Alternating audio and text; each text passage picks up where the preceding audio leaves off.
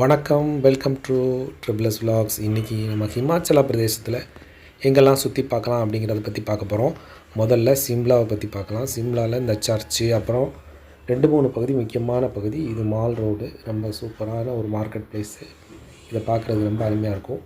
அடுத்து மணாலியில் ஹிதாம்பா டெம்பிள் நீங்கள் பார்த்துட்டு, அதுக்கு அடுத்து ரொட்டாங் பாஸ் தான் முக்கியமான இடம். மணாலியை சூப்பரான இடம். கிளைமேட் அனுப்பிக்கிறதுக்கு அடுத்து ரொட்டாங் பாஸில் போய் நம்ம பனியை அப்படியே விளையாடலாம்.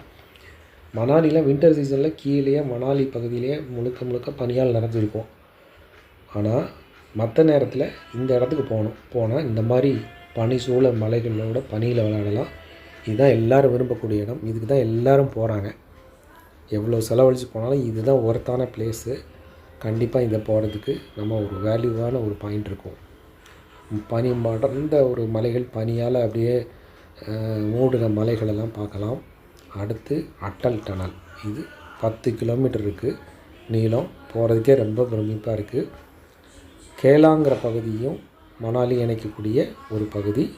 ரொம்ப ஒரு சூப்பரான பகுதி. இதுதான் முகப்பு அட்டல் டனலுக்கு. அடுத்து டல்ஹவுசி அதுலேருந்து ஒரு 200 கிலோமீட்டர் இருக்குது மணாலியிலேருந்து. இங்கே மினி சுவிட்சர்லாண்டுன்னு ஒரு ஏரியா இருக்குது. இது பகல்காம் மாதிரியே, இப்போ ஜம்முவில் ஷூட்டிங் நடந்து அந்த இடம் மாதிரியே உள்ள இடம். சூப்பரான இடம். அடுத்து அங்கேருந்து தரம்சாலா போனால் தலாய் லாமா டெம்பிள் பார்க்கலாம். தரம்சாலாவில் இன்னொரு முக்கியமான பகுதி இன்றைக்கி கிரிக்கெட் கிரவுண்டு. உலகிலே அழகான மலைகளோட ஒரு காட்சிகளோடு இருக்க